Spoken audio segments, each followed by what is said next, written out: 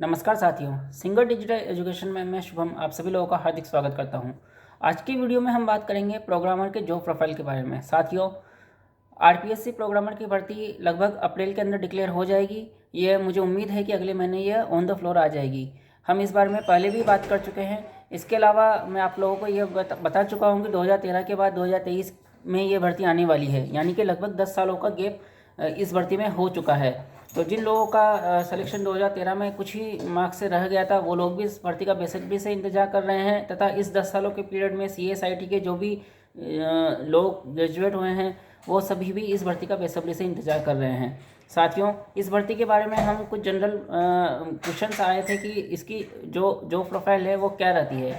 तो साथियों, मैं आप लोगों को क्लियर कर दूं, ये भर्ती 4800 ग्रेड पे की भर्ती है। ये गजेटेड ऑफिसर की भर्ती है। कुछ लोग 2013 का नोटिफिकेशन डाउनलोड करेंगे और ये बोलेंगे कि उसमें तो 4200 ग्रेड पे लिखा हुआ है। तो साथियों, उस वक्त 4200 ग्रेड पे की भर्ती ये निकली थी, लेकिन उसके बाद में इनकी ग्रेड पे बढ़ा दी गई थी। ये अभी 4800 ग्रेड पे की भर्ती है। ग्रेड पे एग्ज़ाम होने के बाद जब ज्वाइनिंग होती है उसके बाद भी बढ़ सकती है। इसका ये परफेक्ट एग्जाम्पल है। जो लोग ये बोल रहे हैं कि कंप्यूटर निर्देशक भर्ती में जिन लोगों को डाउट है कि उनकी ग्रेड पे नहीं बढ़ेगी, तो उन लोगों को मैं बताना चाहता हूँ ग्रेड पे बाद में बढ़ सकती है। उनको अगर ये एग्जाम्पल लेना है, लाइव एग्जाम्पल लेना है, तो प्रोग्रामर की भर्ती का एग्जाम्पल वो ले सकते हैं।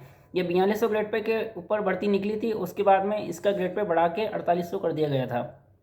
तो हो सकता है कि हमारा ग्रेड पे 2800 से बढ़ा के 3600 कर दिया जाए। इसमें कोई आश्चर्य की बात नहीं है। तो साथियों, हम अब अपने टॉपिक पे बात करते हैं कि कंप्यूटर प्रोग्रामर जो प्रोग्रामर होते हैं उनका जो प्रोफाइल क्या रहता है। तो साथियों, प्रोग्रामर की जो ज्वाइनिंग होती है वो 3 लेवल पे होती है। सबसे पहले तो फील्ड पोस्टिंग, यानी फील्ड लेवल पे ज्वाइनिंग, ये ब्लॉक लेवल पे होती है। आप लोगों को पता है कि जिला जब डिस्ट्रिक्ट होते हैं, डिस्ट्रिक्ट के अंदर ब्लॉक्स बने होते हैं, तो हर एक ब्लॉक पे एक प्रोग्रामर की ज्वाइनिंग की जाती है।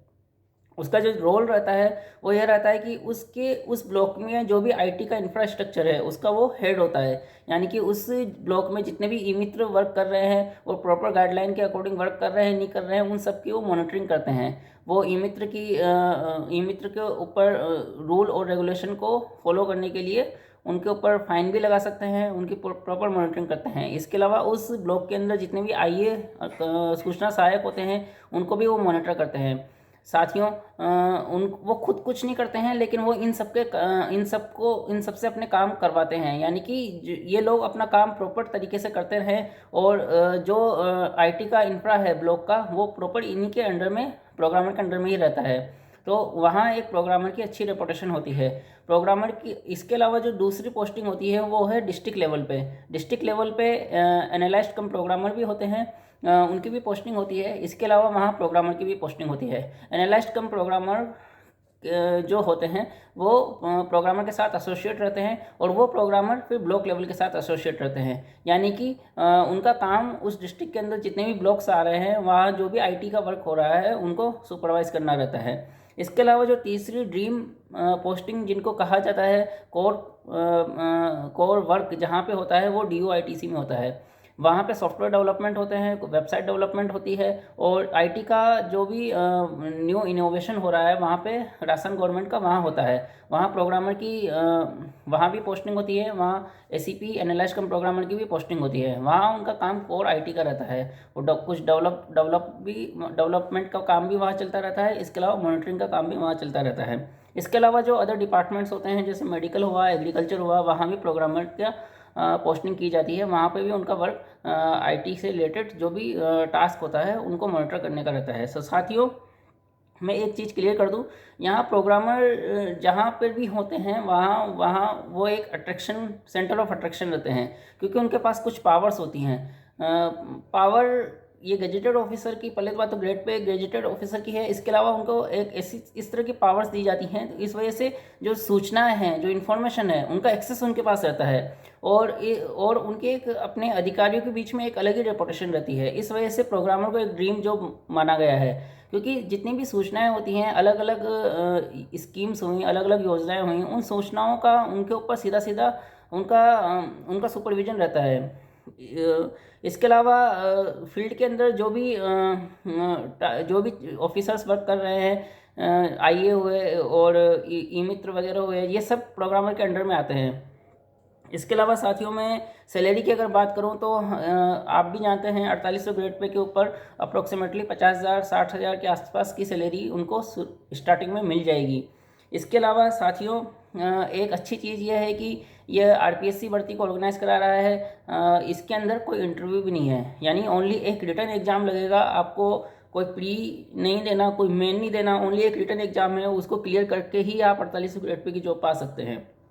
अब हम बात करते हैं नेक्स्ट जो क्वेश्चन आता है कि इन लोगों के प्रमोशन का क्या है, प्रमोशन कैसे होते हैं। तो साथियों 2013 की भर्ती में जो प्रोग्रामर लगे थे उन लोगों को प्रमोशन मिल चुके हैं और वो एसीपी बन चुके हैं। एसीपी की पोस्टिंग डिस्ट्रिक्ट लेवल पे भी होती है और जयपुर के अंदर डीओआईटीसी में भी होती है।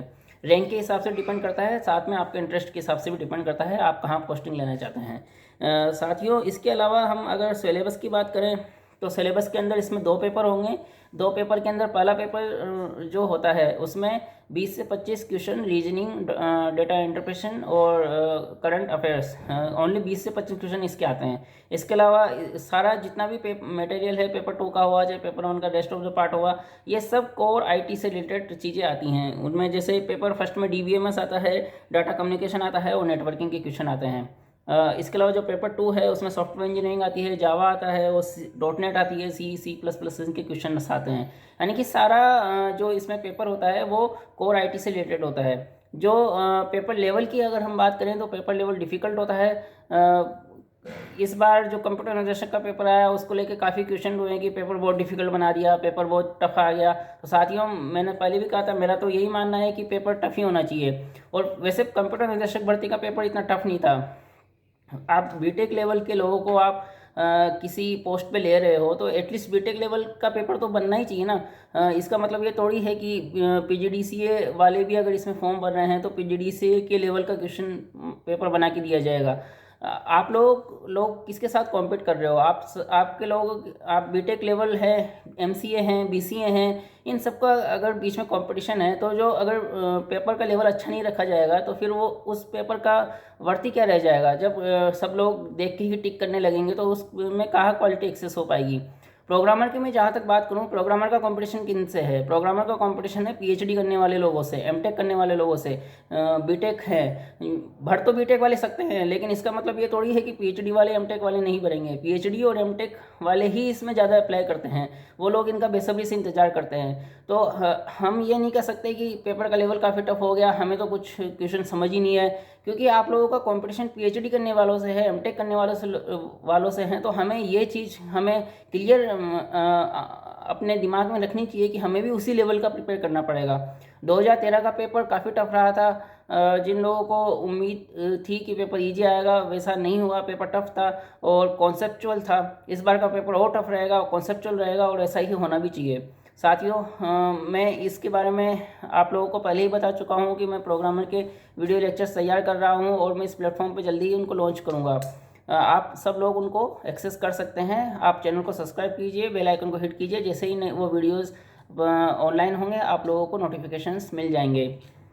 इसके अलावा आप लोगों के प्रोग्रामर की वैकेंसी संबंधी जो भी डाउट्स हैं आप कमेंट करके बताइए, ताकि हम आपको उनके बारे में मैं जानकारी ला सकूं और आप लोगों की जिज्ञासाओं को शांत कर सकूं।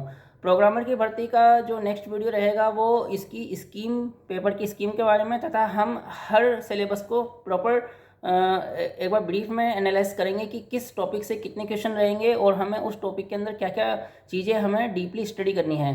जो एग्जाम ओरिएंटेड चीज़ें होंगी मैं वो चीज़ें कवर करूँगा। तो जो नेक्स्ट वीडियो रहेगा उसके अंदर हम इन चीज़ों का डिस्कस करेंगे। साथियों आप लोगों को जानकारी पसंद आई हो तो कृपया मेरे चैनल को सब्सक्राइब करें, वीडियो को लाइक करें तथा इसे ज़्यादा से ज़्यादा लोगों तक शेयर करें। धन्यवाद साथियों।